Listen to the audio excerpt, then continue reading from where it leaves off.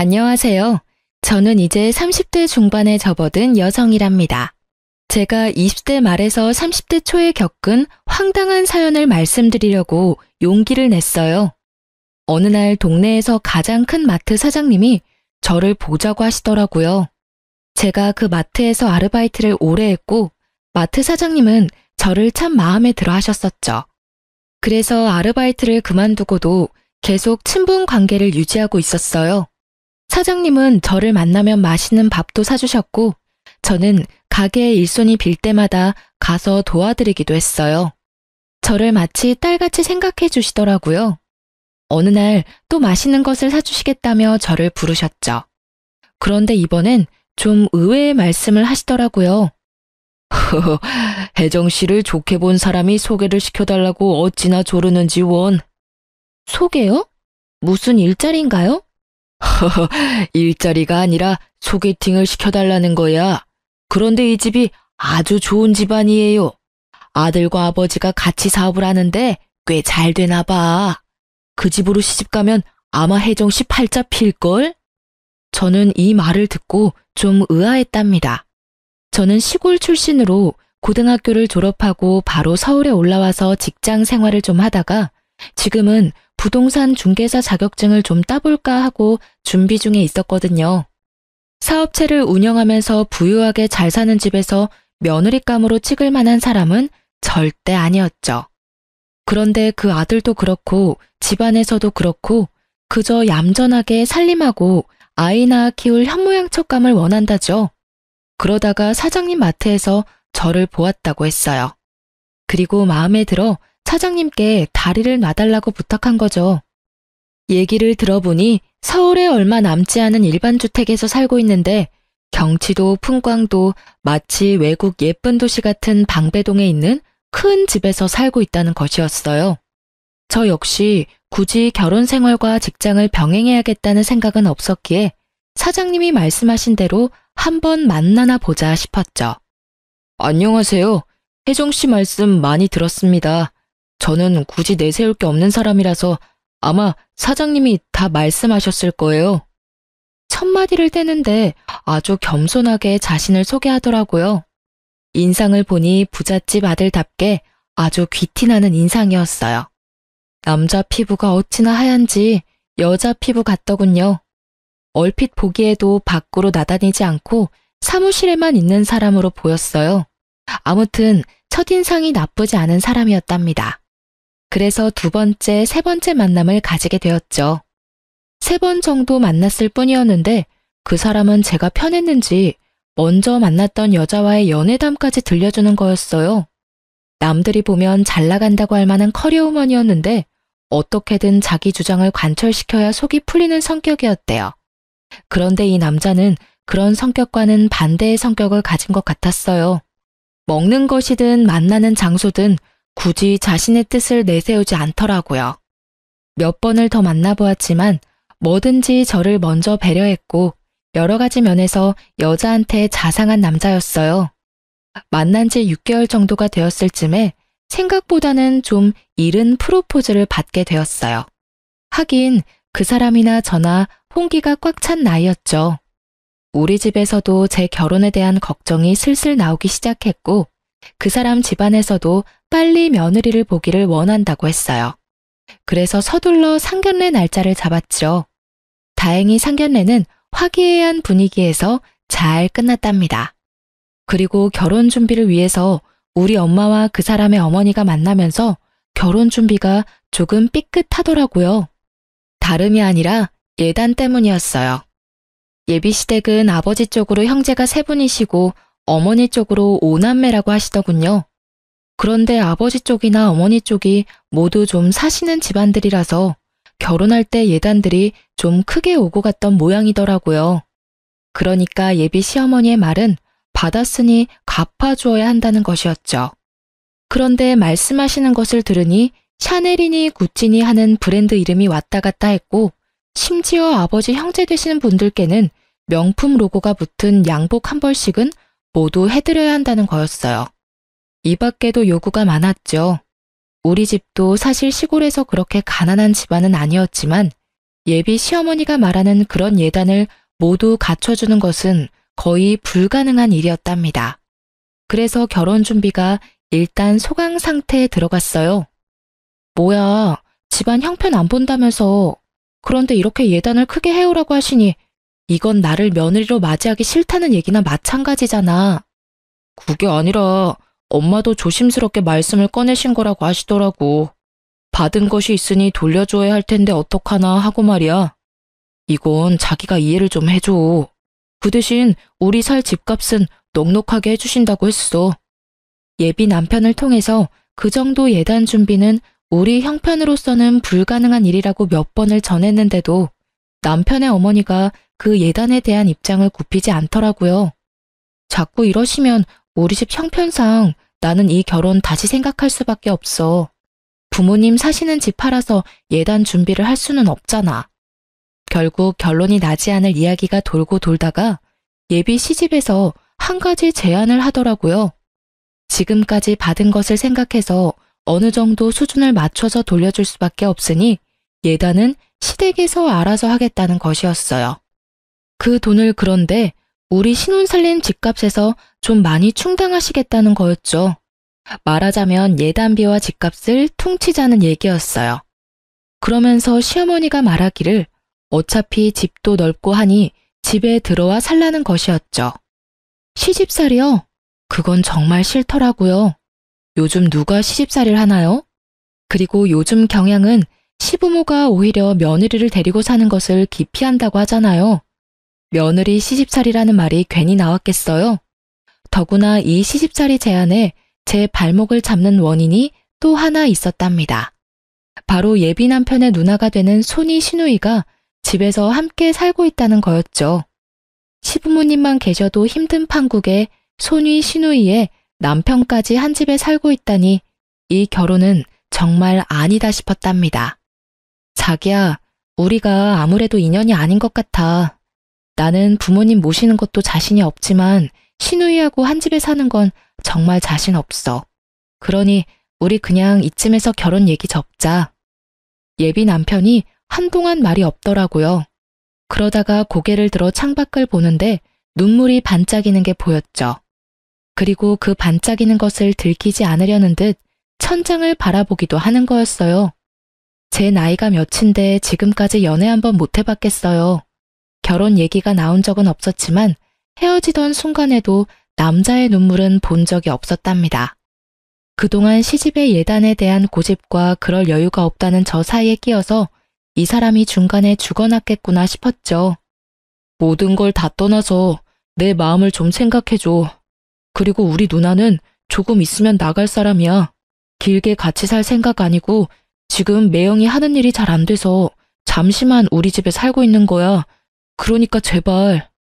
여자의 눈물에 약한 것이 남자라고 하더니 제 경우는 남자의 눈물 몇 방울에 마음이 약해진 케이스였어요. 생각만 해도 싫은 시누이까지 같이 사는 시집살이였지만 잠시라고 하니 일단 이 사람을 믿어보자는 쪽으로 마음이 조금씩 기울었답니다. 이렇게 얘기가 풀리면서 결혼 준비는 다시 활기를 띠었어요. 신혼여행도 해외로 열흘이나 보내주더군요. 시누이까지 있는 시집에 들어와 살기로 한 며느리에게 미안하다는 뜻에서 보내주는 것이라고 했다죠. 그렇게 달콤한 허니문이 끝나고 신혼 살림에 들어갔죠. 물론 결혼 전에도 인사차 간 적이 있었지만 시집을 가서 집을 여기저기 돌아보니 그냥 휙 보았을 때보다 훨씬 넓더군요. 거기다 마당까지 넓어서 이 집을 관리하는 것만 해도 큰일이라는 생각이 들었어요. 그리고 시부모가 기거하는 안방을 잠시 들여다보니 작지 않은 사무실만큼 넓더군요. 일단 음식 마련하는 일만 해도 큰일이었어요. 모두 6식구가 먹고 살아야 하는 일이었죠. 신혼여행이 끝나고 인사를 받겠다고 거실에 앉아있는 시부모와 시누이 내외를 보자 한숨이 저절로 나오더군요. 신혼여행에서 돌아와서 다음 날부터 부엌살림에 대해 우선 배우기 시작했죠. 지금은 시누이와 시어머니가 같이 밥을 해먹고 살고 있었는데 이전에는 가정부가 있었다고 했어요. 그런데 처음엔 괜찮더니 날이 갈수록 해이해져서 내보냈다죠. 시누이는 아주 익숙한 솜씨로 제게 시범을 보였답니다. 그런데 저는 시누이가 제게 부엌 살림의 시범을 보이는 동안 정말 적지 않게 놀랄 수밖에 없었어요. 형님, 식구는 6식구인데 이 정도 양은 7, 8인분은 훨씬 넘겠는데요. 이렇게 음식을 미리 많이 만들어 놓으면 다 남아서 버리지 않을까요? 아니, 이게 우리 집 한 끼분이야. 우리 엄마 아빠가 대식 가셔. 그리고 아버지 사무실이 이 근처에 있어서 밖에서 점심 저녁을 해결하지 않고 집으로 드시러 오는 경우가 많거든. 그래서 항상 여분의 음식이 있어야 돼. 그리고 시부모님은 식사를 부엌 식탁에서 아들, 딸 내외와 함께 하시지 않고 꼭 안방에서 따로 드시더라고요. 제가 죽어라고 음식을 만들어 놓으면 시누이가 안방으로 음식을 가져다 드렸죠. 그리고 시아버지, 시어머니가 간식도 즐겨 드시니 저더러 나가서 사오라고 차키를 자주 주더군요. 그리고 시아버지는 술, 담배도 즐겨 하시는 분이었어요. 한번 살아나갈 때마다 꽤 많은 양의 간식거리와 음료, 그리고 맥주 등의 주류, 담배 등을 사다 달랐죠. 제가 조금씩 일에 익숙해지자 시어머니와 시누이가 조금씩 손을 보태주기는 했지만 거의 모든 일을 저 혼자서 맡아 하게 되었죠. 그런데 그렇게 완전히 손을 떼버렸으면 차라리 좋았을 텐데 손만 떼고 입으로는 여전히 살림에 관여를 하는 것이었어요. 말이 좋아 관여한다고 하는 것이지 시누이는 제가 하는 일을 거의 관리, 감독하는 것 같았죠. 부엌 식탁에 앉아서 이래라 저래라를 반복하더군요. 정말 짜증이 머리 끝까지 솟더라고요. 솔직히 말해서 어머니가 집안일에서 손을 거의 떼셨다면 이 살림은 제 살림 아니겠어요? 이미 출가한 딸이 친정에 얹혀 살면서 시어머니가 해야 할 일을 자신이 하고 있는 것이었죠. 자기, 누나 금방 나간다고 했었잖아. 그런데 내가 보기엔 절대로 나갈 생각 없어 보이던데? 약속한 거하고 틀리잖아.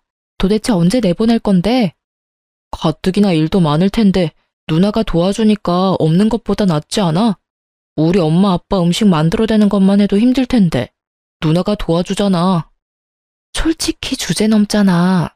출가한 딸이 얹혀 살면 나 죽었다 하고 살아도 미울 판인데 할 말 다 하고 어머니 대신 시집살이 다 시키고 도대체 당신 누나가 뭔데? 제가 이렇게 말할 때는 남편의 입에서 알았으니 어떻게든 빨리 내보내겠다는 말이 나오기를 기대한 거였어요. 그런데 남편의 다음 반응은 그야말로 의외였죠. 어디서 손이 시누이한테 주제 넘는다는 둥, 얹혀 산다는 둥 말이 많아? 그리고 누나가 무슨 시집살이를 시켰다고 그러는 거야? 누나가 안 가르쳐주면 자기가 그런 일 다 혼자 할 수나 있어? 다시는 우리 누나 험담하지 마. 나 기분 별로야. 남의 편이라서 남편이라고 한다면서요?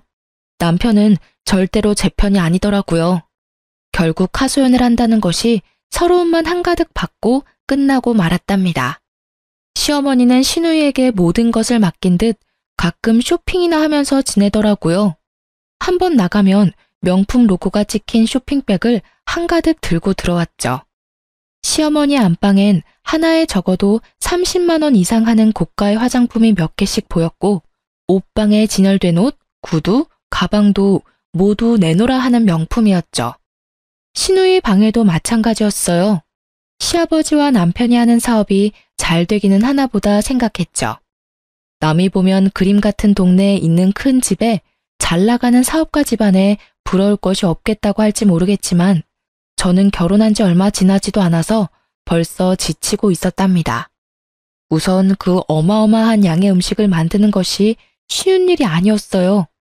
그리고 시아버지와 남편이 일하는 사무실이 시댁과 근처에 있다는 것도 반가운 일이 아니었죠. 매일 집에 찾아와 점심, 저녁을 챙겨 먹었으니까요. 저 혼자만 먹으면야 김치 하나만 놓고도 먹죠. 그런데 시아버지 식탁을 그렇게 차려드릴 수가 있나요? 거기다가 남편과 시아버지의 퇴근이 늦는 경우가 많아서 오밤중이 되어야 제가 할 일이 끝나는 경우도 많았어요. 그리고 일이 정말 바쁘신지 사무실에서 못 들어오시는 날도 많았답니다. 일이 끝나고 제 방에 들어와서 앞치마를 벗으면 옷도 제대로 갈아입지 못하고 구겨져 골아 떨어지곤 했어요. 원래 저는 깊이 잠이 못 드는 체질인데 누가 업어가도 모르게 골아떨어질 정도로 힘든 생활이었답니다.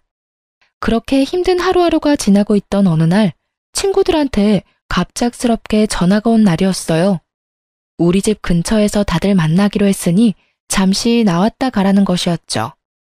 나갔다 오겠다는 말이라도 하고 나가려고 신우이를 찾았는데 거참 행동까지 빠른 신우이였어요. 분명히 조금 전까지 부엌에 같이 있었는데 아무리 찾아도 보이질 않는 거였죠. 다만 시어머니가 거실을 지나서 안방으로 가시기에 뒤따라가서 노크를 했어요. 아무 대답이 없더라고요. 그래서 다시 노크를 하고 문 손잡이를 돌려보았더니 안에서 잠겨 있더군요. 나가더라도 말은 하고 나가야겠는데 어쩌나 싶어서 좀 기다렸다가 또 노크를 해보았죠. 나 옷 갈아입느라고 문 잠갔다. 밖에서 말해라. 무슨 일이니? 아, 어머니, 친구들이 근처에 와 있다고 잠시 나오라고 해서요. 2시간만 나갔다 들어올게요. 어머니가 귀찮다는 듯한 말투로 그러라고 하더라고요. 그래서 저는 혹시 몰라 식탁에 어머니가 먹을 점심 식사를 준비해두고 하늘하늘한 천으로 덮어두고 친구들 모임에 나갔죠. 그런데 모임에 나가기 위해 대문 밖을 나서다가 웬 아줌마가 우리 집 주변을 배회하는 것을 보게 되었답니다. 그런데 그 아줌마가 대문에서 나오는 저를 보더니 얼른 시선을 피하면서 다른 곳으로 가버리는 것이었어요. 그저 길을 찾는 사람이겠지 했답니다. 나가서 수다를 떨다 보니 저녁을 준비할 시간에서 조금 지난 시간에 집으로 돌아가게 되었어요. 자네, 도대체 살림하는 사람이 어딜 이렇게 돌아다니다 오는 거야? 그리고 저 식탁에 차려놓은 건 누구 코에 붙이라고 차려놓은 거냐고. 나가기 전에 형님을 찾았었어요. 그런데 안 계시기에 어머니 드실 것만 차려놓고 나간 건데요. 뭐가 잘못됐어요? 도대체 시부모 모시는 사람이 저녁 준비는 어떻게 하려고 이렇게 늦었냐면서 신우이가 필요 이상으로 화를 내더군요. 형님, 제 손만 손인가요? 저 오기 전에는 형님하고 어머님이 다 하셨다면서요. 며느리가 무슨 음식 만들려고 시집 온 사람도 아니고 친구들 모임에도 잠깐 못 나갔다 와요. 그리고 저한테 시집에다 이렇게 해라 저렇게 해라 하시기 전에 형님 먼저 시댁에 할 도리 하시는 게 순서인 것 같은데요. 신우이가 그야말로 길길이 뛰면서 화를 내더라고요. 얌전하고 순종적인 줄 알았더니 사람 완전히 잘못 봤다는 둥, 여자 하나 잘못 들어오면 집안이 망하게 되어 있다는 둥, 솔직히 입에 담지 못할 말까지 섞어가면서 크게 핀잔을 주더군요. 이날은 저도 지지 않고 하는 말마다 대꾸를 해주었어요. 저희 결혼하고 나면 금방 나간다는 분이 왜 이렇게 친정에 오래 계시는 건데요? 이제 그만 이사 나가셔야죠. 안 그래요? 신우이가 기가 막혔는지 아니면 할 말이 없었는지 그만하자고 하더군요. 하고 싶은 말을 하고 나니 어느 정도 속이 시원했어요. 저녁 늦게까지 일을 다 하고 방에 들어와서 오랜만에 꿀잠까지 잤다니까요. 잠을 잘 자서 그런지 다음날 아침이 날아갈 것 같더군요. 아침 식사 준비를 해서 시아버지와 남편을 출근시키고 청소기를 밀면서 콧노래가 저절로 나왔어요. 아, 깜짝이야. 아버님, 깜짝 놀랐잖아요. 언제 들어오셨어요? 저 청소하느라고 들어오신 줄도 몰랐어요. 뭐 필요하신 거 있으세요? 시아버지는 그냥 잠시 쉬러 왔다고 하고는 안방으로 가더군요. 그러고 나서 제가 청소를 하러 2층으로 올라간 사이 시아버지가 어느새 다시 나갔던가 봐요. 저녁이 다 늦어서야 잠시 볼 수 있었죠. 처음 시집 와서는 정말 몸이 너무나 힘들어서 제 방으로 들어가자마자 골아떨어지는 일이 부지기수였는데 이제는 몸이 적응이 되어서 방에 들어가서도 여러 가지 일을 할 수 있었어요. TV를 보고 깔깔거리기도 하고 인터넷도 뒤져보고 넷플릭스에서 이 영화 저 영화 보기도 하면서 시간을 보내다 잠이 들기도 했답니다. 그리고 골아떨어졌을 때는 피곤해서 꿈도 꾸지 못했었는데 이제는 꿈도 꺼지더라고요. 꿈에서 웬 불도저가 하나 나타나서는 우리 집 지하실로 쿠궁거리며 다가오는 꿈도 꾸었죠. 그리고 꿈에 신우이의 머리채를 실컷 잡아 흔들어 주기도 했어요. 비명이 마치 지옥 저 깊은 곳에서 들려오는 소리처럼 윙윙거리며 귓전을 울렸답니다. 신우이 머리채를 잡는 통쾌한 꿈도 있었지만 깊이 잠드는 타입이 아니라서 그런지 꿈자리가 늘 어수선했답니다. 하루는 꿈에 웬 술자리가 보였어요. 남자들 몇이 상을 두고 둘러앉아서 술을 마시면서 얘기를 하는 말소리가 두런두런 들리기도 했죠. 아무튼 잠에 골아떨어지지 않게 되면서 꿈을 자주 꾸는 통에 잠이 깊질 못했고, 그래서 낮에 졸린 나날이 계속되었어요. 그날도 요란스럽게 만든 아침을 먹고 시아버지와 남편이 출근을 했고, 집에는 시누이와 시어머니 그리고 저만 남아 있었죠. 제가 부엌에서 물잔을 씻다가 그만 바닥에 떨어뜨리고 말았죠. 크리스탈 물잔이라고 조심하라고 시누이가 말했었는데 또 한 소리 듣겠다 싶더군요. 그런데 제가 잘못 들었을까요? 쨍그렁 소리에 이어서 바로 발밑에서 또 한 번 쨍그렁 소리가 난 것 같았어요. 그렇지만 부엌 천장이 높아서 울리는 소리일까 생각도 했어요. 그런데 그게 아니었어요. 분명히 제가 떨어뜨린 물잔의 쨍그렁에 이어서 다른 쨍그렁 소리가 작지만 분명하게 제 귀에 들렸답니다. 일단 저는 시누이가 보기 전에 얼른 치워야겠다고 생각하고 깨진 물잔 조각을 깨끗이 치웠어요. 그러고는 시치미를 뚝 떼고 있었답니다. 그리고 또 며칠이 흘렀고 어느 늦은 밤이었어요. 자기, 담배 냄새 너무 난다. 옛날엔 향수라도 뿌리고 다니더니 요즘은 그것도 안 뿌리나 봐. 그 담배는 도대체 언제 끊을 거야? 결혼하면 끊기로 했었잖아. 시부모는 이미 안방으로 들어간 뒤였고 우리 내외와 시누이가 같이 거실에 앉아 있었죠. 그날은 특히 남편에게서 나는 담배 냄새가 거실 전체에 퍼져 있는 것 같았어요. 제가 일어나서 거실 구석에서 탈취제를 찾아 거실에 뿌려대기 시작했죠. 계속 남편에게 담배 좀 작작 피우라고 잔소리를 하면서요.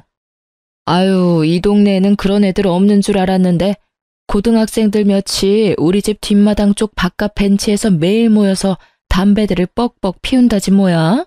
또 그 애들인가 보다. 시누이의 말에 괜히 애먼 남편을 잡은 것 같아 좀 미안했답니다.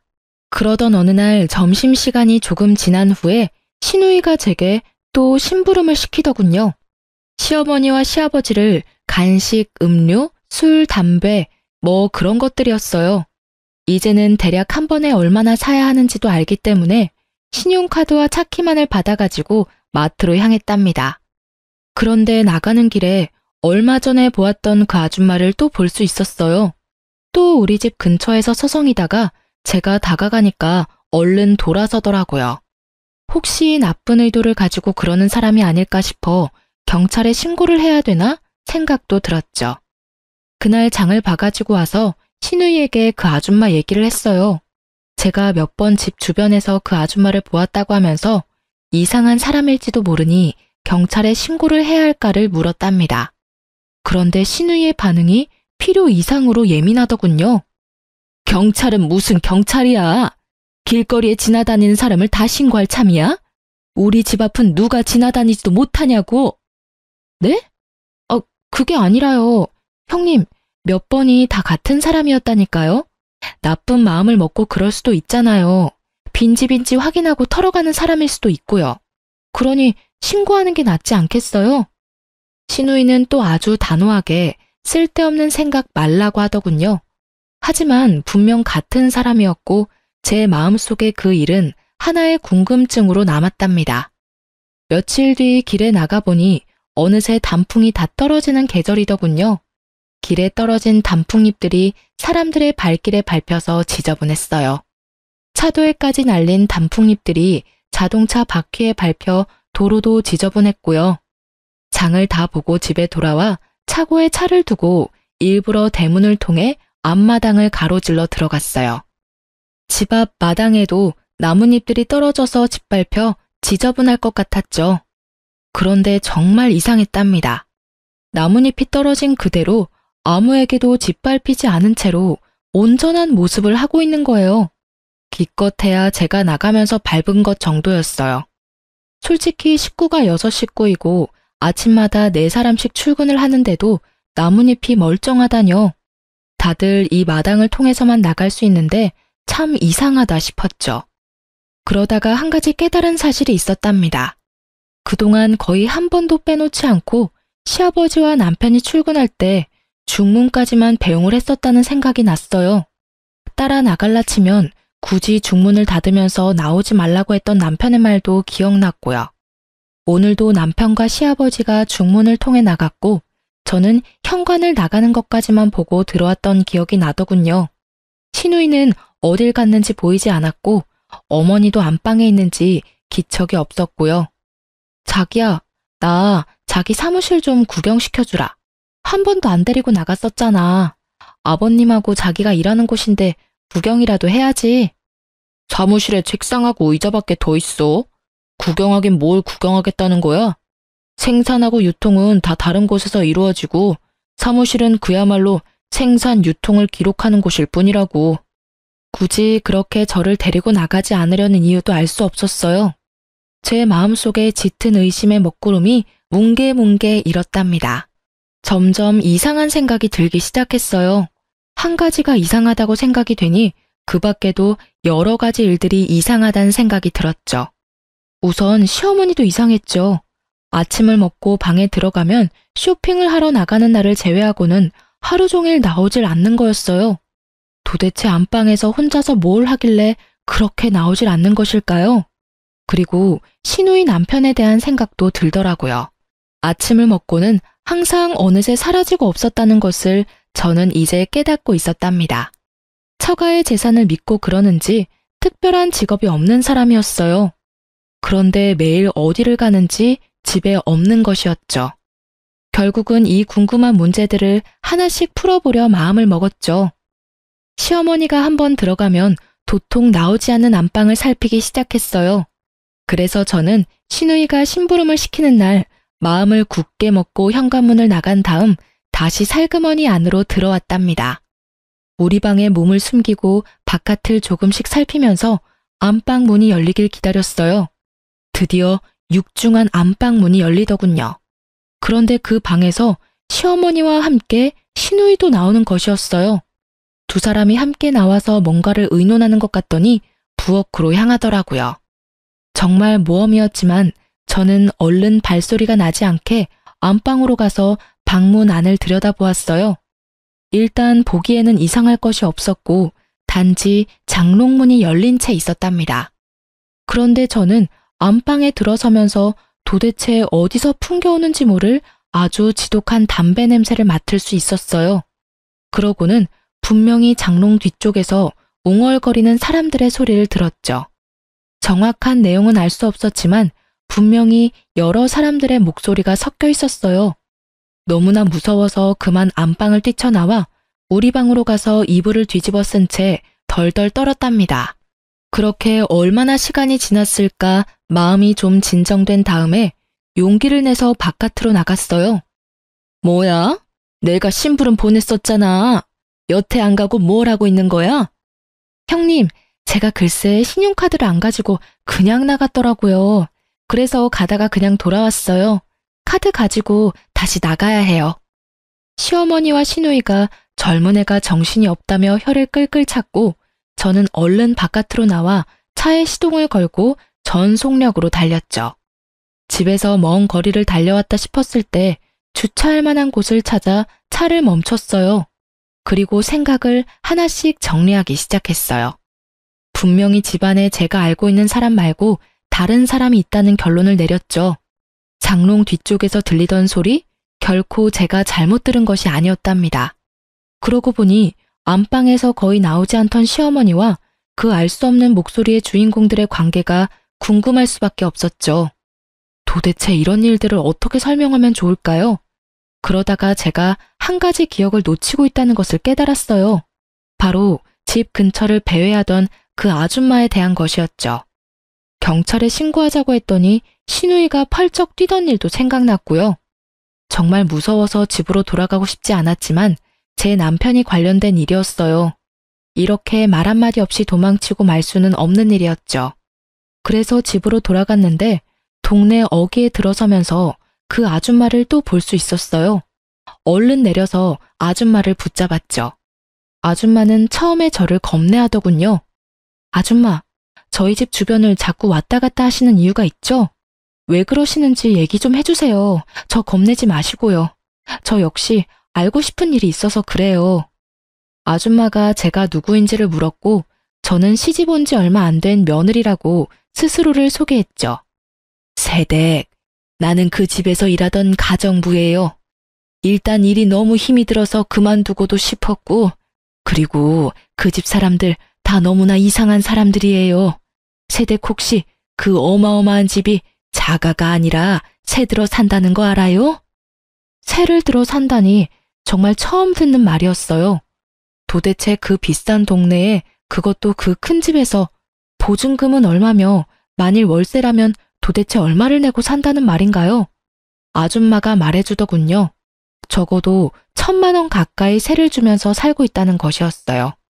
그걸 어떻게 알았느냐고 했더니 의외로 우리 시집이 그 집으로 이사 온 것이 얼마 안 되었다는 것이었죠. 부근의 인력 사무실에서 아줌마는 인기가 좋은 사람이었다고 했어요.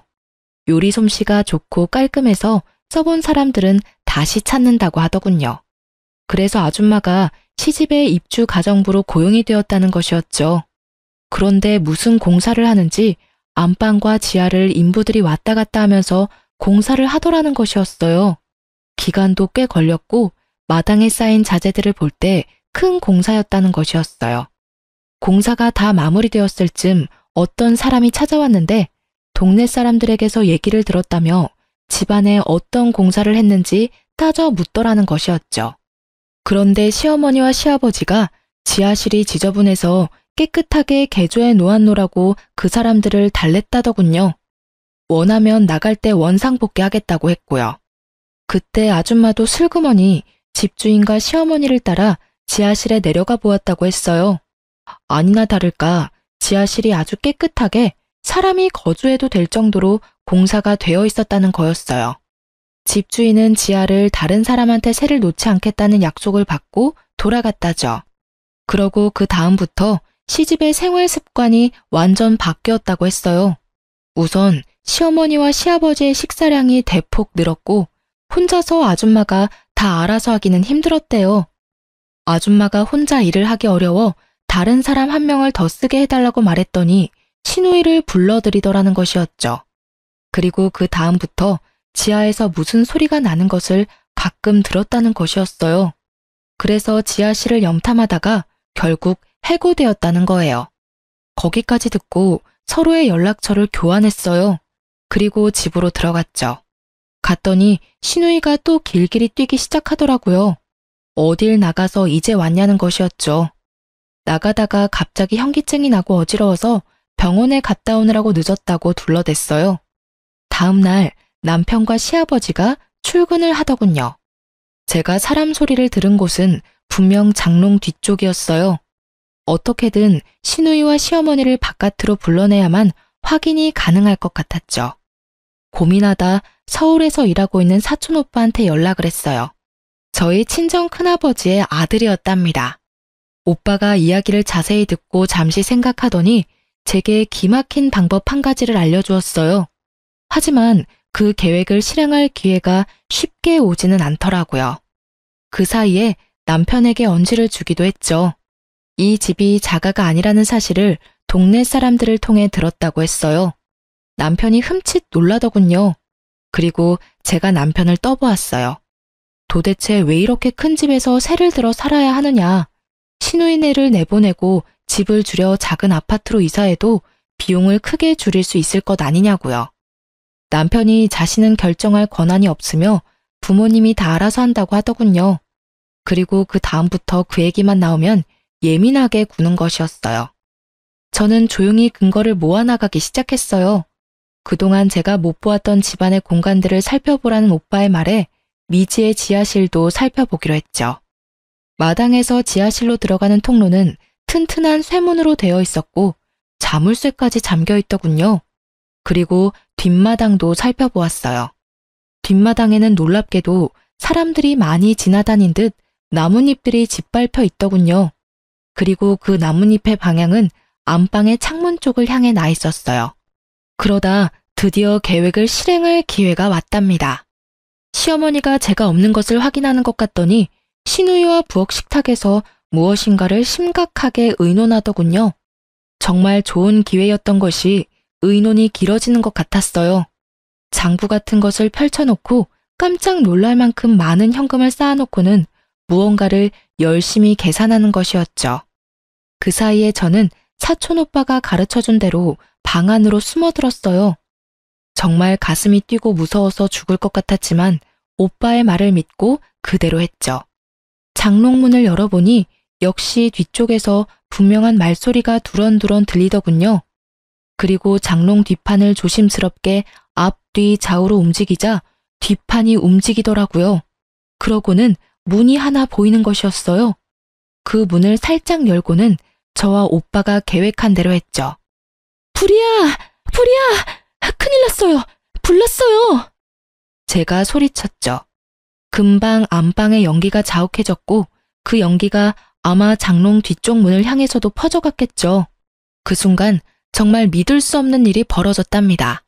장롱 뒤쪽 문이 활짝 열리더니 거기서 많은 사람들이 튀어나오는 것이었어요. 그 중에는 시아버지와 시누이 남편 그리고 제 남편도 보였죠. 출근을 했다던 사람들이 장롱 뒤에서 나오는 희한한 장면이었어요. 저는 비로소 초로에 접어든 부부의 음식이 왜 그렇게 많아야 했는지 그 이유를 알 수 있었답니다. 사람들이 튀어나오자 저는 침착하게 양동이에 물을 부어 불을 껐죠. 시어머니와 시누이가 안방으로 튀어들어오면서 이 모든 장면을 목격했어요. 그리고 급하게 저를 양쪽에서 잡더니 거의 쓰지 않는 1층의 작은 방으로 끌고 가더군요. 그리고 저를 밀어넣더니만 나오지 못하도록 바깥에서 문을 잠그는 소리가 들렸어요.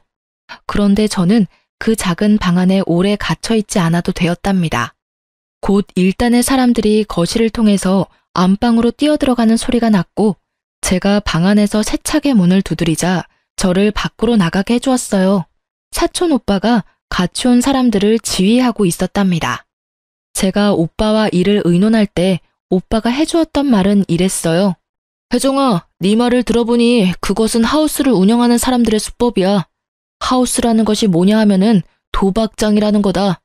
아마 몰래 모여서 도박을 하고 있을 거야. 도박장을 개설한 사람은 일단 장소 사용비로 꽤 많은 돈을 받아내고 식사 등 필요한 물품도 엄청난 이문을 얹어 팔기도 하지. 맥주 한 병에 10만 원, 뭐 이런 식이야. 그러면서 오빠가 말했죠. 기회가 올 것이니 기회가 오면 놓치지 말고 오빠가 시키는 대로 하라고요. 저는 그 기회를 보다가 안방에 양동이를 가져다 놓고 그 안에 불을 지펴 연기를 냈던 것이었답니다. 우리 오빠는 말이죠. 서울중앙지검에 근무하는 검사였어요.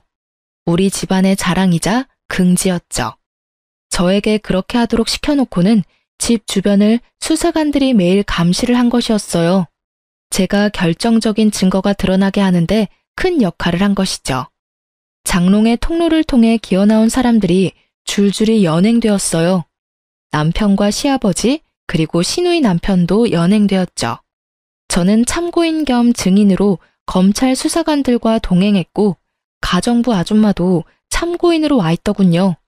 제가 시모와 시누이에게 말했어요. 그렇게 번 돈으로 명품으로 휘감고 사는 것이 그렇게 좋던가요? 남의 집을 빌어서 도박장을 개설할 정도로 돈이 그렇게 좋았어요? 그렇게 해서 모은 돈으로 앞으로 무엇을 하려고 했는데요? 내 짐작이지만 아마 생각보다 저축이 많지 않을 것 같네요. 그렇게 번 돈은 금방 써버리기 마련이니까요. 정말 성실하고 힘들게 번 돈이라야 귀중한 것을 아는 법이죠. 아이고, 며느리 하나 잘못 들여서 집안이 망했구나. 옛말에 개같이 벌어서 정승같이 쓰라는 말이 있지 않니? 나는 내 나름대로 그렇게 쓴 거다. 지하에 음식 날라다 주고 심부름 해주는 일은 뭐 쉬웠을 것 같니? 나도 힘들게 노동을 해서 번 돈이야. 그렇게 해서 사람들이 부러워하는 물건들 좀 사들였다. 이게 정승같이 쓴 거 아니겠니? 궤변 중에서도 인류 역사상 최고의 궤변이네요. 한 사람도 아닌 온 식구가 그런 생각을 하는 것 같으니 그것도 정말 희귀한 일이고요. 남편과 시아버지는 이미 상습 도박으로 여러 번 처벌을 받았다죠. 그리고 남편은 이미 한 번 이혼을 한 전력이 있더군요. 그것도 남편의 도박병 때문이었죠. 이혼 후에도 그 사실을 들키지 않기 위해선 번듯한 가정을 꾸려 멀쩡하게 살아가는 척 연기를 할 필요가 있었죠. 하지만 비밀을 숨기기 위해선 이것저것 많이 아는 똑똑한 서울 아가씨들보다는 시골에서 순박하게 자라난 며느리가 좋았을 테고요. 아이씨, 시골뜨기라 아무것도 모를 줄 알았는데 완전히 잘못 짚어서 집안 망했네. 뭐 들어가도 몇 년 살면 나오겠지. 우리 집 이런 식으로 안 죽는다고. 사촌오빠가 이번엔 아마도 빨리 나오지는 못할 것이라고 말해주더군요. 시아버지의 도박병은 이미 젊은 시절에 시작되었대요. 그 아버지의 그 아들인지 일확천금을 노리는 경향이 똑같았다더군요. 남편은 도박 때문에 입건되면서 회사에서 해고를 당하고는 아예 이 길로 들어선 것이었어요. 가슴에 손을 얹고 생각해봐. 회사에서 하루하루 열심히 일하고 한 달에 한 번 월급을 받는 그 기쁨이 기억이 나나? 그런 기쁨을 내던지면서 이런 두려움 속에서 돈만 추구하고 살았다고? 그리고 도박 뒤치다꺼리를 위해서 결혼을 했다고? 충고하지만 자식은 낳지 마라. 좋은 것을 가르칠 것 같지가 않아. 내가 보기엔 모두 구제불능이거든. 이혼 서류의 도장을 받으러 구치소로 갔죠. 남편은 여전히 들킨 것이 억울한 모양이더라고요. 저를 보고 이를 가는 표정을 보고 알 수 있었어요. 가족 전부가 도박 개장죄로 실형이 선고되었고 적어도 3년 동안 사회에서 마주칠 일은 없답니다. 남편과 이혼하고 저는 작은 회사에 취직을 했답니다. 주경 야독이라고 낮에는 일을 하고 퇴근 후에는 공인중개사 시험을 위해 열심히 공부를 하고 있어요. 적은 임금이지만 아껴 쓰며 저축도 조금씩 하고 있죠. 저금 통장이 한두 푼씩 불어나는 그 재미를 남편과 시집 식구들은 당연히 모르겠죠. 지금까지 제 결혼에 얽힌 이야기를 해드렸네요. 꽤 충격적인 이야기였을 텐데 시간 내서 들어주셔서 감사합니다. 좋은 하루 되시길 바랍니다.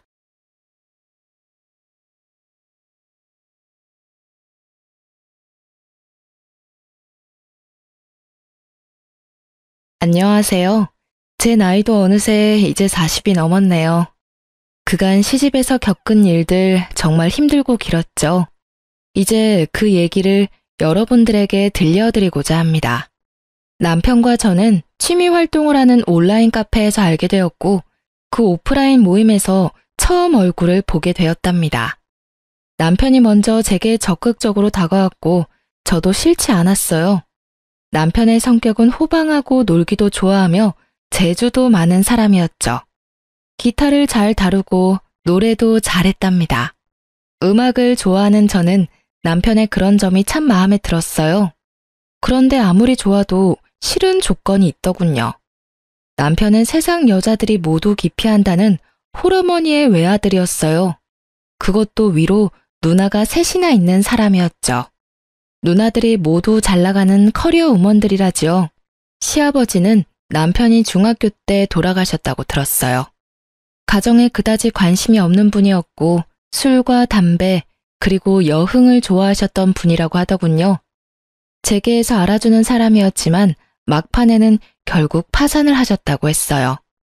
그래서 시어머니가 이를 악물고 돈을 벌었다고 하더군요. 근데 얼마나 악바리로 모으셨는지 남편이 30살쯤 되던 해에는 서울 신촌에 5층짜리 건물을 짓게 되었을 정도로 재산을 모았다는 것이었어요. 시어머니는 게다가 오로지 아들밖에 모르는 사람이라죠. 시어머니가 38세에 낳은 아들이라 얼마나 귀엽게만 키웠을지 짐작이 가더군요. 연애한 지 1년 만에 결혼 이야기가 나왔지만 선뜻 결정이 안 섰어요. 우리가 결혼할 때쯤 시어머니의 나이는 이미 70이 가까웠죠. 비교적 늦게 며느리를 맡게 된 시집에서는 며느리가 어머니를 모시며 같이 살 것을 기정사실화하고 있더라고요. 남편도 그랬고요. 정말 발이 안 떨어지더군요. 제일 걱정거리는 아버지가 일찍 돌아가셨기에 남자가 가정에서 해야 하는 역할에 대한 롤모델이 없다는 것이었어요. 저희 친정은 부유하지는 않지만 단란한 집안이었어요. 아버지가 반듯하시고 엄마도 자애로우셨죠. 그러니까 각자가 가정에서 맡아야 할 역할을 모두 잘하는 그런 집안이었어요. 이런 친정에서 살다가 남편의 적극적인 구애로 영 다른 환경으로 시집을 가게 된 저. 이제 저의 그 험난한 시집살이를 여러분께 낱낱이 들려드릴게요. 시어머니 소유 5층 건물에는 다양한 상가가 입주해 있었는데 그 중에 1층에서 시어머니가 식당을 크게 하고 있었어요. 건물 5층에는 살림집과 사무실이 함께 있었는데 남편이 그 사무실을 차지하고 사업을 하고 있었고요. 시집살이 며칠 만에 벌써 제 심기가 불편한 일이 벌어졌죠. 너는 참 살림을 잘하는구나. 우리 딸들은 영 살림하고는 거리가 멀어. 하긴 걔들이야 공부만 했으니까. 나도 일하면서도 딸들 일 안 시켰어. 참 묘한 뉘앙스가 풍기는 시어머니의 말이었어요. 그러니까 우리 엄마는 저를 살림에 부려먹었다는 건가요? 그리고 시누이들은 공부만 했고 저는 일만 했다는 말로도 들리더라고요. 저도 대학을 나온 사람이었어요. 그냥 살림 참 잘하는구나 까지만 했으면 얼마나 좋았겠어요. 이 말은 저에 대한 말일 뿐만 아니라 우리 부모님에 대한 말이기도 했죠. 기분이 참 나빴답니다. 한마디 할 수밖에 없었죠. 어머니, 저도 친정에서는 손에 물 안 묻히고 공부만 하던 사람이에요. 저희 어머니도 일을 하셨지만 저희들 일 안 시키셨고요. 그렇지만 저희 집에서는 아버지도 가끔 우리 남매가 좋아하는 별식을 만들어 주시기도 하세요. 다들 기초적인 집안일 정도는 엄마가 아니더라도 할 수 있게끔 키워주셨어요. 제 말대꾸가 불만인지 시어머니가 꿍얼꿍얼 거리더군요. 시집 온 지 며칠 만에 기분이 제대로 상한 저는 퇴근한 남편을 붙잡고 어머니가 이러저러한 말씀을 하시더라 기분이 좋지 않았다 라고 말을 했죠. 하지만 남편은 그게 무슨 문제인지 모르겠다는 듯 어리둥절하다가 그저 웃고 말더라고요. 그리고 시아버지가 남편이 중학교 때 돌아가셨기에 가장의 역할이 뭔지 알지 못할 거라는 저의 걱정은 그대로 들어맞고 있었어요. 남편은 가정이 어떻게 돌아가고 있는지 관심이 1도 없더라고요. 철저히 공과 사를 구별하는 사람이었고 절대적으로 공을 앞세우는 사람이었죠. 회사 일 밖에는 모든 일이 안중에 없더라고요. 남들은 제가 시어머니가 건물주인 부잣집으로 시집을 갔다고 부러워했죠. 하지만 건물 한 채가 아니라 10채가 있으면 뭘 하나요? 시어머니는 정말 돈을 안 쓰는 구두쇠 중에 구두쇠였답니다. 아주 기초적인 생활비만 주곤 했어요. 제 용돈 같은 것을 따로 기대할 수도 없었죠. 그래서 저는 남들이 부러워하는 부잣집으로 시집가서 돈은 쪼개고 쪼개서 써야만 했답니다. 시어머니가 1층에서 식당을 경영하니 거기서 가끔 끼니를 때울 수도 있으련만 늦게 며느리를 보아 며느리 재미를 단단히 보아야겠다고 생각한 시어머니는 매 끼니를 5층 살림집에 올라와서 먹었죠. 당연히 제가 그 세 끼를 모두 차려내야 했어요. 시어머니의 친정이 가까운 곳에 있기에 가끔 출타를 하시기도 하더군요. 저한테는 그런 날이 그렇게 반가울 수가 없었어요. 한 끼라도 밖에서 해결하고 오니 제가 신경 쓸 일이 줄어들잖아요. 5층 살림집은 옥상에 면에 있어서 아직 초여름인데도 많이 덥더라고요. 그런데 그해 여름 정말 살인적인 더위가 우리나라를 덮쳤죠. 보통 36도, 37도를 오르내렸어요. 가뜩이나 더운 건물, 옥상의 면한 살림집에서 저는 정말 숨도 제대로 쉴 수 없었답니다. 어머니, 에어컨 한 대만 거실에 설치해 주세요. 숨이 막혀서 도저히 못 살겠어요. 제가 가만히 앉아만 있는 사람도 아니잖아요. 이 상태에서는 가만히 앉아 있는 것도 힘들어요, 어머니. 사실 남편은 자신의 사무실에서 시원한 에어컨 바람을 쐬면서 일을 하고 있었고 시어머니가 운영하는 1층 식당도 에어컨이 빵빵했답니다. 제가 정말 끼니 준비도 못할 정도로 힘들다고 하자 에어컨을 사주기는 하더군요. 그런데 제가 에어컨을 틀고 있을 때마다 10분 정도 지났다 싶으면 굳이 올라가서 끄는 것이었어요. 이러려면 에어컨을 왜 산 건지 알 수가 없더군요.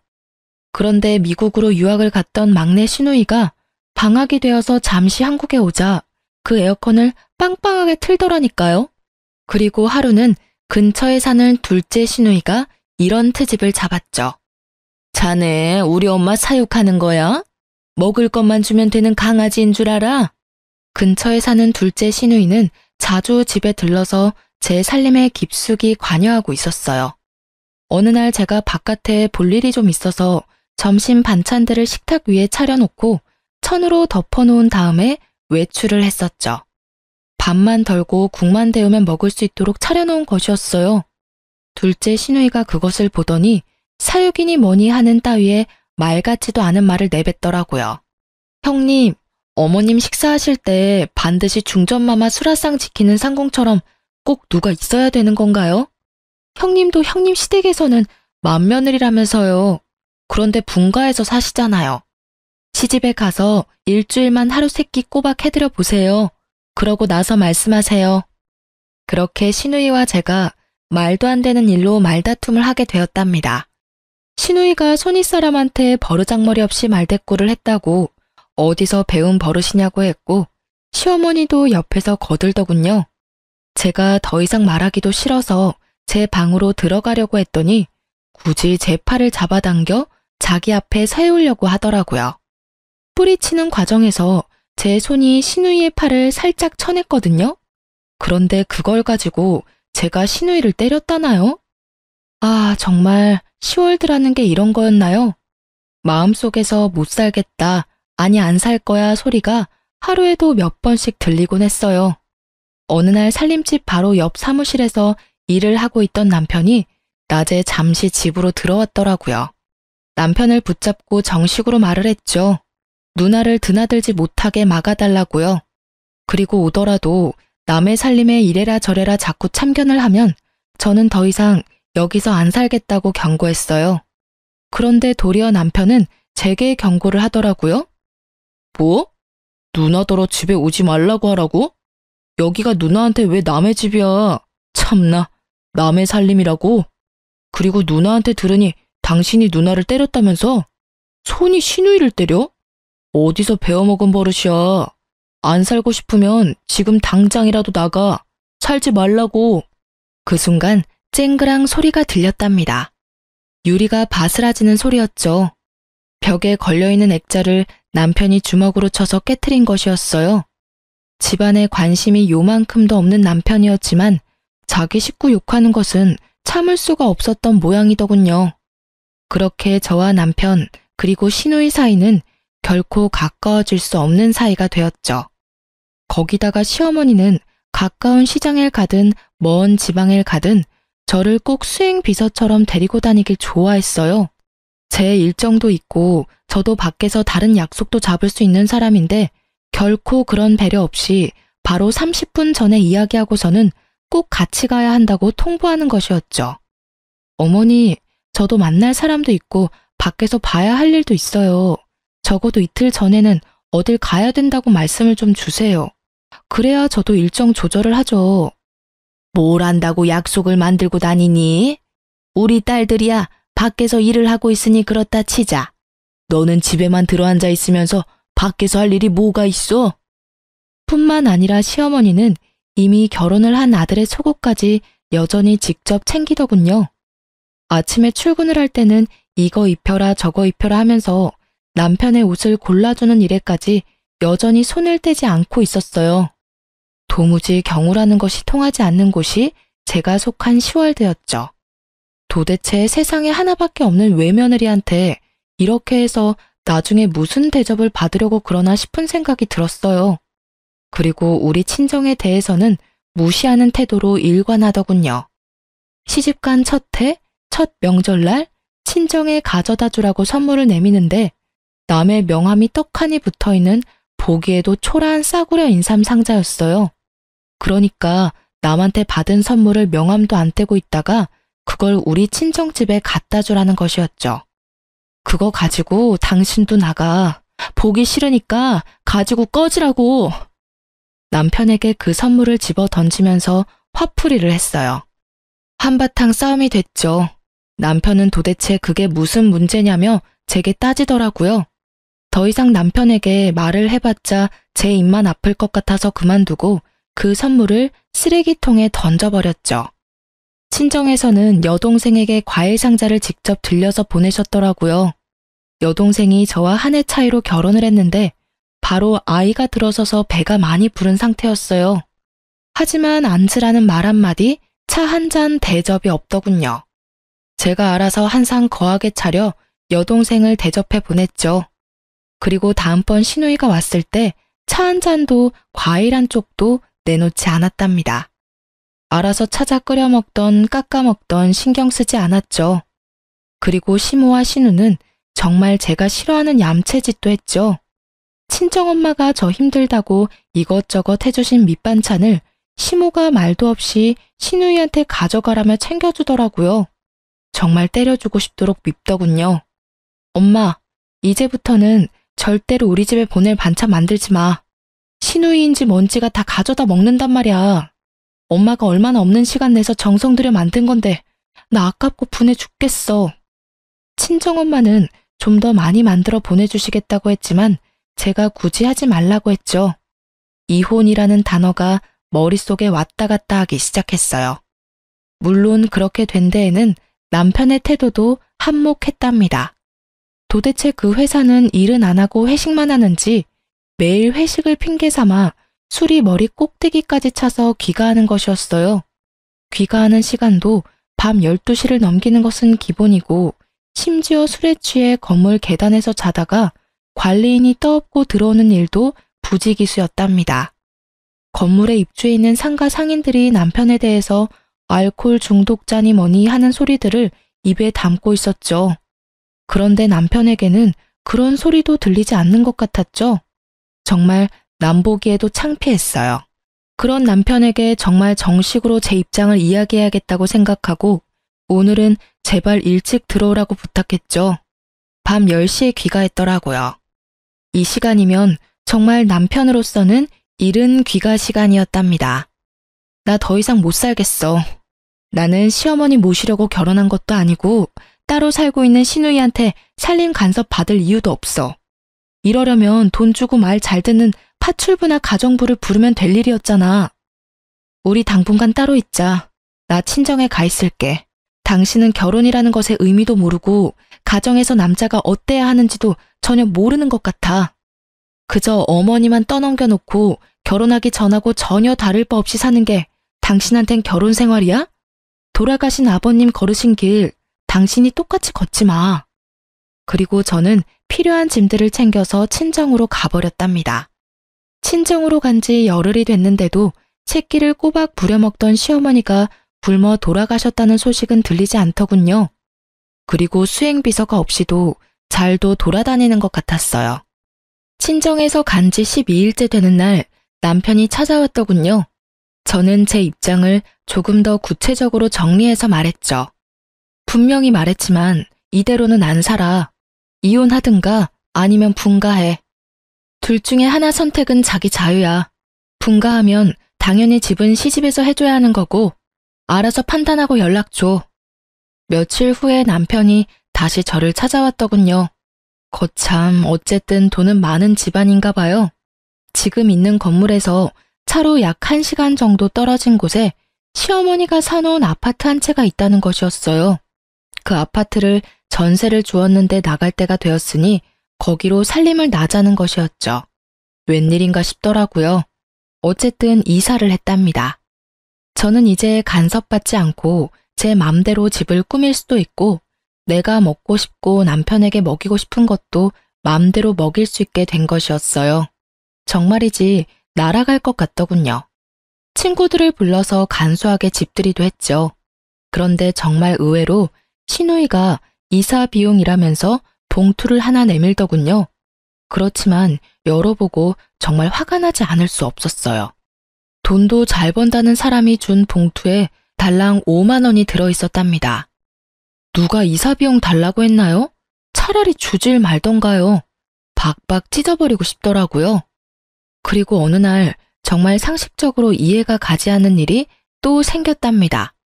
시어머니의 새끼 밥을 다 해서 남편 출근길에 도시락으로 싸서 보내라는 것이었어요. 길을 막고 물어봐. 분가한 며느리가 시어머니 새끼 도시락을 싸서 보내는 게 경우에 맞는지 말이야. 그리고 어머니 연로하셨다곤 하지만 건강하게 일하고 계시잖아. 나 없을 때는 도대체 어떻게 먹고 살았어?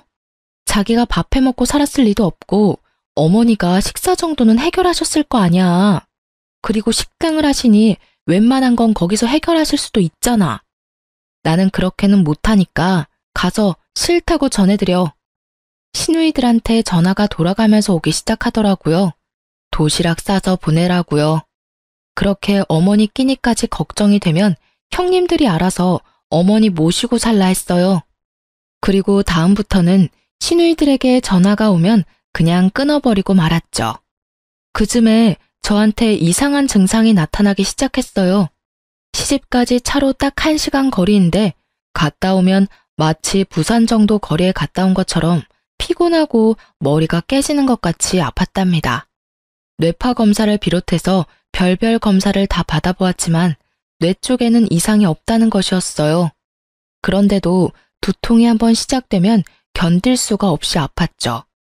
그리고 살이 정신없이 빠지기 시작하더라고요. 친정엄마가 보약을 지어오기도 하셨어요.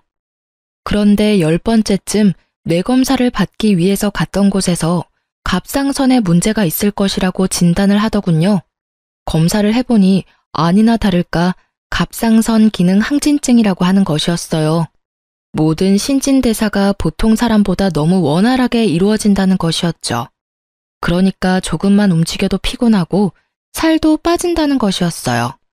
모든 신진대사가 보통 사람보다 너무 원활하게 이루어진다는 것이었죠.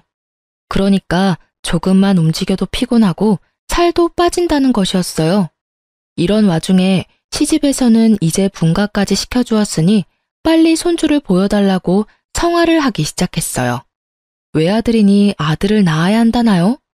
그런데 갑상선 약을 먹으면서 임신을 한다는 것이 정말 찜찜하고 의사도 권하지 않는 일이었어요.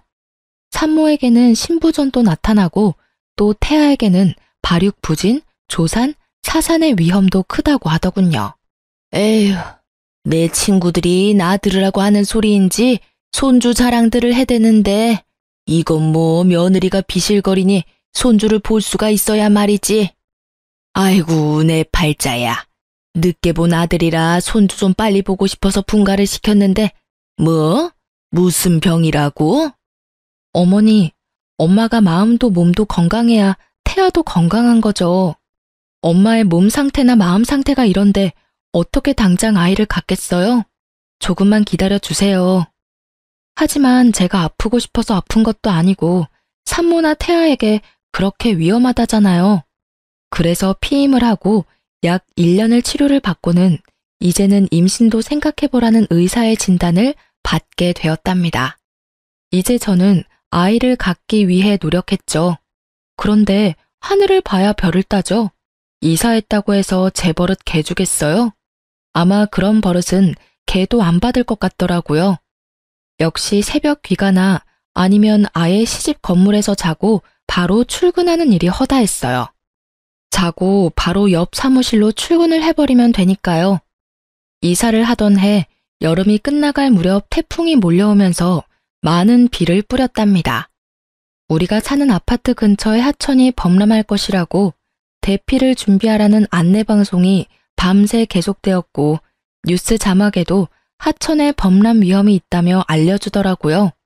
하지만 남편놈은 저 혼자 집에 있는 걸 알면서도 전화 한 통 없더군요. 그렇게 위험한 상황이 지나고 난 후 저는 아예 도어락 비밀번호를 바꿔버렸어요. 그리고 아무리 문을 두드려도 열어주지 않았죠. 이런 상황인데 손주를 빨리 내놓으라니 도대체 황당하기 이를 데가 없었답니다. 정말 잘못한 걸 알아서 그러는지 아닌지 모르겠지만 잘못했다고 싹싹 빌기에 이번에만 용서해주기로 하고 문을 열어주었죠. 평생 함께 안 살 거라면 모르지만 살 거라면 이제 아이 가질 생각도 해야 된다는 것을 알아듣게 설명했어요. 알아들었는지 어쨌는지 귀가 시간이 약간 당겨졌고 그로부터 약 5개월 후에 임신을 했다는 진단을 받을 수 있었답니다. 간간히 들리던 그 도시락을 안 싸보내는 것에 대한 불만도 쏙 들어갔죠. 아이를 가지니 시집에서 저를 대하는 대접이 조금은 나아지더라고요. 그날도 사고를 고아놓았으니 가져다 먹으라는 연락을 받고 시집으로 갔죠. 시어머니와 찻잔을 마주하고 앉아서 얘기를 나누고 있었어요. 돌아가신 시아버지의 형제분으로 작은 아버지가 있었지만 그 댁에도 딸만 넷이었어요. 시어머니는 아이는 꼭 아들이어야 한다고 여러 번 강조하더군요. 참나, 그게 어디 제 마음대로 되나요? 그리고 저는 예쁜 딸이 더 좋겠다는 생각을 하고 있었답니다. 물론 시어머니에게 말은 안 했지만요. 그런데 대화 끝에 시어머니가 갑자기 좀 엉뚱한 말을 하는 것이었어요. 예, 네 시아버지 들어오실 시간 됐다. 갈비찜 좋아하신다. 얼른 좀 장만해라. 아이고, 시간이 벌써 이렇게 됐구나. 그런 건 좀 미리미리 챙겼어야지. 곧 들어오실 텐데 시간이 없지 않니? 어머니, 무슨 말씀이세요? 아버님 돌아가신 지가 거의 20년이 되어 오는데 무슨 갈비찜을 장만해요. 어머니 갑자기 왜 이러세요? 느낌이 정말 이상했어요. 그런데 시어머니가 그날은 곧 정신을 수습하더라고요. 한숨 놓았지만 다음번에 시집에 갔을 때 들은 얘기는 정말 절망적이었죠. 내 친구들하고 한강에 물놀이를 갔는데 글쎄 저쪽에서 네 남편이 둥둥 떠내려오지 않겠니? 그래서 내가 얼른 뛰어들어가서 건졌다. 갑자기 정신이 번쩍 들더라니까요. 남편에게 상황을 이야기하고는 바로 어머니를 병원에 데려가 뇌 MRI를 찍어야 했어요. 미리 조금은 예상하고 있었지만 막상 치매 진단이 나오자 가슴이 덜컥 내려앉더군요. 시누이들에게도 물론 이 소식을 다 전했죠. 말하는 것만 들을 때는 세상에서 제일 효녀들인 새 시누이가 또 시끄러워지기 시작했어요. 빨리 저희더러 다시 합가를 하라는 것이었죠. 그렇지만 몸이 무거운 상태이고 출산이 임박해 있었어요. 아이가 태어나면 육아 문제까지 겹치니 어머니를 당분간 병원에 모시자고 했죠. 자식도 없는 할머니처럼 왜 병원에 모시냐며 또 한바탕 난리가 났답니다. 첫 아이라 그런지 배도 많이 부르고 제 한몸 움직이기도 힘들었어요. 그런 사람이 합가를 해서 무슨 일을 할 수 있단 말인가요? 그래서 결국은 제가 출산을 하고 아이가 어느 정도 자랄 때까지만 시어머니 옆에 사람을 두기로 결정을 하고 까다롭게 골라서 아주머니 한 사람을 붙여두었죠. 첫 아이라서 어느 정도 난산을 겪었지만 아이는 건강하게 태어났고 아들이었어요. 아이가 돌이 될 때까지 제 품에서 떼어놓지 않고 키웠죠. 시어머니의 증세는 정말 빠르게 악화되고 있었어요. 딸들 셋을 알아보시기는 했지만 누가 맏인지 누가 막내인지 헷갈리는 것 같았죠. 남편만 정확히 알아보았답니다. 저더러는 웬 아줌마가 우리 집에 와서 뭘 훔쳐가려고 한다고 소리소리 지르는 바람에 소동이 벌어지기도 했었어요. 어느 날, 그날도 시어머니가 간병하는 아줌마더러 동서라고 부르면서 어떻게 이렇게 오랜만에 왔냐는 둥 헛소리를 한 다음 잠에 떨어진 날이었어요. 가만히 시어머니의 얼굴을 바라보았답니다. 50대 초반에 혼자가 되어서 오로지 자식들만 보고 돈을 버는데 인생을 바친 사람이었죠. 같은 여자의 입장으로 볼 때 정말 안 된 사람이었어요. 그리고 이제는 누가 보기에도 살만하고 며느리의 손자까지 보았는데 그만 치매에 걸린 거잖아요. 시집와서 단 한순간도 저에게 살가운 적이 없었던 시어머니였지만요. 그런데 그날은 시어머니에 대한 동정심으로 마음이 정말 착잡했답니다. 집에 와서 곰곰이 생각을 해보았죠. 시누이들은 지금도 남편더러 빨리 합가해서 저에게 간병을 맞지 않는다고 궁시렁거리고 때로는 노골적으로 불만을 표하곤 했죠. 시어머니를 아무래도 내가 돌봐야겠다 생각이 들다가도 마치 시누이를 시키는 대로 하는 것 같이 비치는 게 너무 싫었어요. 그리고 치매 환자를 돌보는 것, 그 길이 얼마나 험난할지 상상만으로도 끔찍했답니다. 어느 하루 시집에 가서 아줌마에게 물수건을 받아서 시어머니의 얼굴과 손을 씻겨주고 밥을 먹도록 도와주었어요. 애미야, 네가 왔구나. 어딜 갔다가 10년 만에 이렇게 돌아왔니? 그동안 정말 보고 싶었다. 미국에 유학을 갔었다면서? 저와 막내딸에 대한 생각이 합쳐지거나 헷갈린 것 같더군요. 그 막내딸도 이제 곧 유학을 끝내고 귀국할 것이라고 들었거든요. 시모는 제 갓난 아들을 품에 안고는 마치 태어나고서 처음 본 아이처럼 그렇게 반가워하더라고요. 시어머니를 이리저리 바꿔 뉘어가면서 몸 상태를 살펴보았어요. 고용된 간병인이 아무리 잘 돌봐준다고는 하지만 역시 남은 남이더라고요. 욕창이 어느 정도 와 있었고 몸 구석구석이 깔끔하지는 않더군요. 저는 그 순간 제 인생 전체를 내던져 버릴 수도 있는 결심을 했답니다. 제가 어머니를 떠맡기로요. 남편한테 제 심정을 말하고는 분가에서 살고 있던 집을 정리해서 시집 건물로 다시 들어왔답니다. 아이를 친정에 맡겼고 친정엄마가 며칠에 한 번씩 아이를 데리고 시집으로 찾아와 주셨어요. 시누이들이 또 극성을 떨기 시작하더군요. 돌아가면서 찾아와서는 어머니가 좀 정신이 있다 싶을 때 엄청 극진하게 대하는 것이었어요. 그럴 때는 저를 옆으로 밀어내더라고요. 속셈은 아주 뻔했죠. 어머니가 정신이 있을 때 어떻게든 상속에 대하여 자신들에게 유리하게 해놓으려는 것이었어요. 그리고 어머니가 영 정신이 없다 싶으면 또 저에게 이것저것 트집을 잡아 잔소리를 하는 거였죠. 그렇게 마음에 안 들면 형님이 모셔가세요. 나 안 말려요. 지금 모셔가실래요? 큰형님이 먼저 모셔가시겠어요? 저는 실제로 주섬주섬 시어머니의 짐을 쌌어요. 큰 시누이가 와서 하도 이건 이래라 저건 저래라 잔소리를 하기에 한번 해본 짓이었답니다. 큰 시누이가 예상대로 자신은 밖에서 일을 하는 사람이라 간병이 절대 불가능하다며 손사래를 치는 것이었죠. 돈 잘 버니 모셔다가 간병인이라도 붙여놓고 저한테 하듯 감시 감독을 하면 되지 않겠느냐고 했어요. 슬그머니 내빼더군요. 물론 시누이들이 제가 모셔야 한다고 고집을 세우기는 했지만 시누이들의 의견을 따른 것이 아니라 제 스스로 결정한 일이었어요. 그런데 스스로 결정하고 각오를 단단히 했지만 정말 쉬운 일이 아니더라고요. 네가 나 몰래 살던 아파트 다 팔아먹었다면서? 그것도 모자라서 이 집 재산 다 빼돌리려고 도로 들어왔지? 내가 네 속셈 모를 줄 아니? 인연, 어서 도로 나가거라. 시어머니는 이런 말도 자주 입에 담았어요. 그리고 근처에 있는 물건을 갑자기 집어던지기도 했죠. 한 번은 고지서를 담는 작은 목함을 던져 얼굴에 정통으로 맞는 바람에 이마가 찢어지기도 했어요. 시어머니의 상태는 점점 나빠져서 결국은 자신이 할 수 있는 일이 거의 없는 지경에 이르렀죠. 저는 그야말로 시어머니의 손과 발이 되어야 했어요. 그리고 가장 걱정하던 문제가 터졌죠. 이제 배변도 자신의 의지로 조절하지 못하게 된 것이었죠.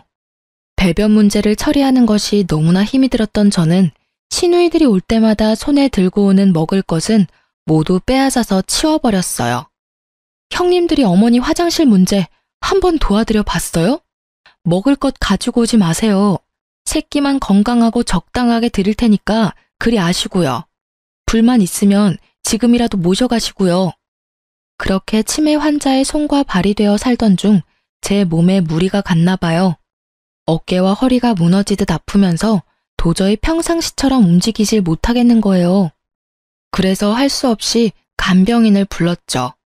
그런데 치매 환자가 남과 식구는 어찌나 잘 구별을 하는지 간병인이 뭘 도와주려고 하면 강력하게 거부하고 가져다 주는 밥도 먹지 않는 것이었죠. 저는 거동을 하기가 어렵고 간병인은 거부하고 할 수 없이 시누이들이 당분간 돌아가면서 어머니를 맡기로 의논이 되었던 모양이더군요. 우리 집에서도 아무것도 안 드셔. 집에 가겠다고 자꾸 떼를 쓰신다고. 둘째네 집으로 한번 보내드려 봐야겠어.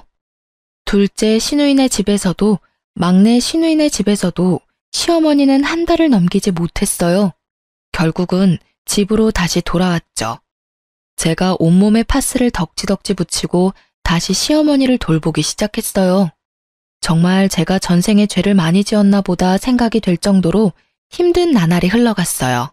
그러던 어느 날 어머니가 바깥 나들이를 하고 싶다고 하더라고요. 치매 환자를 데리고 바깥 나들이를 하는 일, 그것도 쉽지 않은 일이었죠. 어쨌든 옷을 제대로 입혀주고 휠체어에 태워서 밖으로 데리고 나갔어요. 나가보니 저 역시 너무나 오랫동안 실내에 갇혀 살았다는 생각이 들더군요. 어머니, 오늘은 날씨가 참 좋죠? 저도 정말 오랜만에 나오네요. 어머니도 나오니까 좋으시죠? 휠체어에 시어머니를 태우고 멀리 가지는 못했지만 동네 곳곳을 돌아보았답니다. 시어머니는 밖에 나가더니 무슨 생각에서인지 동네에 있는 한 가게로 한사코 가자는 것이었어요. 거기서 아이들이나 먹는 군것질거리들을 한아름 사더군요. 군것질거리들도 모두 불량식품이라고 기피하는 것들이 대부분이었고요. 그렇게 많이 군것질거리들을 사더니 몇 개만 빼고는 모두 제게 건네주더군요. 이거 네 시누이들 오면 주지 말고 너만 먹어라. 이거 아주 비싸고 맛있는 거야. 네 남편도 주지 말고 너만 숨겨놓고 먹어. 갑자기 눈물이 핑 돌았답니다. 치매 환자가 정신이 없는 상태에서 한 말이었지만 시어머니가 제게 해준 가장 살가운 말이었어요. 알았어요, 어머니. 숨겨놓고 저만 먹을게요.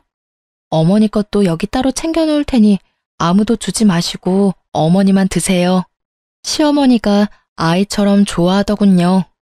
그리고 상태는 점점 안 좋아지고 있었지만 일주일에 한 번 정도 친정엄마가 데리고 오는 손자는 정확하게 알아보았답니다. 그리고 제 아이를 보면 거의 울먹이면서 반가워하곤 했죠. 어느새 시어머니는 제게 조금씩 살가워지고 있었고 저는 시간이 갈수록 나빠지는 시어머니 상태에 동정심을 지나서 마치 우리 엄마가 어디가 아픈 듯 마음 한구석이 아파오기 시작했답니다. 남편 없이 오로지 자식들만 보고 악착같이 돈을 벌며 살았던 어머니였지만 자식들은 정말 아무 소용이 없더군요. 하루 24시간을 꼬박 같이 어머니에게 매여서 제 생활은 없었어요. 남편놈은 여전히 예전과 똑같이 어머니만 저한테 맡겨놓은 채 아들로도 남편으로도 그리고 아버지로서도 아무짝에도 쓸모가 없었죠. 그렇게 모진 세월이 흘렀답니다. 시누이들이 자주 들르긴 했지만 오락가락하는 어머니를 붙잡고 이젠 아주 노골적으로 상속에 대한 이야기를 입에 담더군요. 상속 문제에 대해서는 남편도 적극적으로 끼어들었죠. 제 눈에는 모두 아무짝에도 쓸모없는 사람들로 보였어요. 그런데 시어머니는 그렇게 정신이 없는 와중에도 재산권은 꼭 쥐고 놓지 않았어요. 그렇게 시어머니를 모신 지 9년째가 되던 어느 봄날이었답니다. 시어머니가 갑자기 밖으로 봄놀이를 가자는 것이었어요. 그러면서 옷을 까다롭게 고르기 시작하더라고요. 몇 번을 입었다 벗었다 하면서 마음에 드는 고운 옷을 찾아내어 입혀달라더군요. 어디로 가고 싶은지를 물었더니 시아버지 산소에 가자는 것이었어요. 시아버지의 산소는 서울 근교의 공원 묘지에 있었거든요. 거기까지는 먼 길이었고 꼭 차량이 필요했어요. 남편더러 운전을 해달라고 했더니 회사 일 때문에 시간이 없다면서 차 키만 던져주더군요. 애미야, 네 시아버지가 외로우시단다. 내가 가서 좀 놀아드려야겠다. 애미 너도 네 시아버지 본 적 없지? 같이 놀러 가련? 산소에야 자주 찾아갔었죠. 갑자기 아버님이 보고 싶으신 거예요? 아버님이 꿈에라도 보이시던가요? 한번 외출을 하려면 그 준비 과정부터 장난이 아니었지만 간신히 차에 태워 시아버지 산소로 데려갔죠. 시아버지 산소 앞에서 시어머니가 눈물을 보이더군요. 한동안 아무 말도 없이 눈물을 보이고 있던 시어머니가 말했어요. 애미야, 네 아버지가 너더러 고생 많이 했단다. 그래서 이젠 당신이 나를 돌봐주겠대. 그리고 나한테 잘못했다는 말도 하더라. 하긴 이 양반이 나한테 잘못한 것이 많기는 하지. 참 어머니도 돌아가신 양반이 무슨 말씀을 하실 수 있다고 어머니를 돌봐주신다고 하신대요. 거기다가 잘못했다는 말씀까지 하셨다고요? 어머니, 밖에 너무 오래 계셨어요. 아직은 쌀쌀해요. 오늘은 이만 집에 가시고 다음에 또 바깥 구경 시켜드릴게요. 그렇게 시아버지의 산소에 갔다가 집으로 돌아왔죠. 피곤했는지 시어머니가 오자마자 잠에 떨어지더군요. 늘 하던 대로 다음날 아침에 물수건을 먼저 준비해서 씻겨주려고 방으로 들어갔어요. 그런데 시어머니는 아직 자고 있는 것 같았어요. 치매 환자들이 모두 그러는지 어머니만 그러는지 알 수 없었지만 우리 시어머니 경우에는 새벽같이 일어나서 배고프니 밥 달라고 소리소리 지르면서 저를 부르는 경우가 많았답니다. 그런데 오늘은 그러지도 않고 그냥 잠만 자고 있었어요. 어제 많이 피곤했나 보다 생각하고 물수건으로 어머니의 손을 씻기려는 순간 직감적으로 일을 당했다는 것을 느낄 수 있었답니다. 그 전날도 술에 취해 늦게 들어왔던 남편이 아직 자고 있었기에 고래고래 소리를 질러서 남편을 불렀어요. 제 소리가 심상치 않았는지 남편이 얼른 달려오더군요. 곧 119 구급대가 출동했고 어머니가 병원으로 이송되었어요. 병원에서 어머니가 세상을 뜬 지 이미 서너 시간이 지났다는 것을 확인해 주더군요. 제 입에서 저도 모를 통곡 소리가 튀어나왔어요. 내가 어머니 모시기가 너무 힘들어서 빨리 돌아가시라고 마음속으로 빌기도 많이 빌었어요. 죄송해요, 정말. 제가 잘못했어요. 제가 잘못했다고요, 어머니. 시누이들도 곧 병원으로 몰려들었고 사흘간의 작별의식이 끝난 다음 시아버지 산소에 합장시켜 주었답니다. 그렇게 장장 9년에 걸친 치매 환자와의 투쟁이 끝났지만 마음은 허전하기 그지없더군요. 비록 정신이 있을 때나 없을 때나 저한테 모진 말을 퍼붓기도 한 미운 시어머니였지만 빈자리가 왜 이리 큰지요. 며칠을 그렇게 허망한 상태에서 지내던 어느 날 시댁 작은아버지가 웬 신사 하나와 같이 집에 들어서더군요. 애미야, 네 시어머니께서 살아생전에 나를 시켜 이 변호사분한테 재산에 관한 유언의 공증을 맡기셨다. 그걸 집행하러 온 거야. 그 변호사분이 공개하는 어머니의 유언은 정말 의외의 것이었어요. 건물과 우리가 살던 아파트, 그리고 서울에 있던 땅까지 모두 저에게 상속한다는 내용이었죠. 정말 놀랄 수밖에 없었습니다. 유언을 공개하는 자리에 같이 동석했던 시누이들과 남편의 입에서 비명 소리가 터져나오고 집안은 그야말로 세계 2차 대전쯤 되는 전쟁터가 되었죠. 저도 시누이들도 그리고 남편도 모두 놀라고 있었어요. 남편과 시누이들은 당연히 유류분을 걸고 넘어지면서 자신들이 챙길 것을 챙겼지만 그 많은 재산 가운데 절반은 결국 제 것이 되었습니다. 작은 아버님 말에 따르면 그래도 어머니가 정신이 있을 때 연락을 취해서 이렇게 조치해달라고 했고 작은 아버님은 부탁받은 그대로 행했다는 것이었죠. 친정엄마가 몇 년 전에 하신 말씀이 문득 기억나더군요. 그날도 어머니를 챙기는 것이 너무나 힘이 들어서 아이를 데리고 오신 친정엄마에게 하소연을 하면서 울던 중이었어요. 얘야, 선한 끝은 꼭 있는 법이다. 그리고 사람은 누구나 자신의 짐 하나씩은 꼭 짊어지고 가는 거야. 피하려고 하지 말아라. 그래야 선한 끝을 볼 수 있는 거야. 이 말씀이 갑자기 생각나더라고요. 임신을 한 상태에서 시어머니의 병구안을 시작했었죠. 떠나고 나니 왜 그렇게 못해준 것만 생각이 나는지요. 그렇게 이를 갈고 치를 떨면서 보낸 세월이었지만 사람에 대한 그리움이라는 것이 참 묘한 것이더군요. 이제 남편과의 사이에 남은 일이 있었죠. 이혼 절차를 진행하려고 준비를 했답니다. 남편 놈이 죽어도 이혼은 못하겠다고 버티더군요. 아마도 제게 돌아온 어머니의 재산 중 절반에 대해서 관심이 동했겠죠. 어머니 살아생전에 어머니에 대해서 정말 관심이나 있었어? 어머니에 대한 관심은 없고 오로지 재산에만 관심이 있었겠지. 그렇게 똑똑하다는 사람들이 어떻게 사람과 사람과의 관계가 그렇게 단순한 것이 아니라는 걸 몰라? 부모든 남이든 자기한테 유리한 것만 취하려는 것이 인간관계야? 당신하고 당신 누나들은 가족이라는 가까운 사람들 사이에서도 애정이라는 것이 무엇인지를 모르는 사람들이야. 나는 당신이 우리 아이에게조차도 진실한 애정을 가질 수 없는 사람이라고 생각해. 사람들이 쉽게 말하기를 아이를 봐서라도 이혼하지 말라고 하지. 그렇지만 나는 오히려 아이를 위해서 당신과 갈라서려는 거야. 사람에 대해서 진실한 애정을 가져보기를 바래. 결국은 남편이 동의하지 않아 이혼 문제는 소송으로 넘어갔죠. 저는 남편이 그간 어떻게 생활해 왔는지에 대해서 건물에 입주해 있는 상인들과 동네 주민들로부터 차근차근 증언을 모았답니다. 그리고 어머니가 치매에 걸려 9년을 누워있는 동안에도 그런 생활 습관을 버리지 못했다는 것을 자세히 설명했어요. 일말의 양심은 있는지 부인하지는 못하더군요.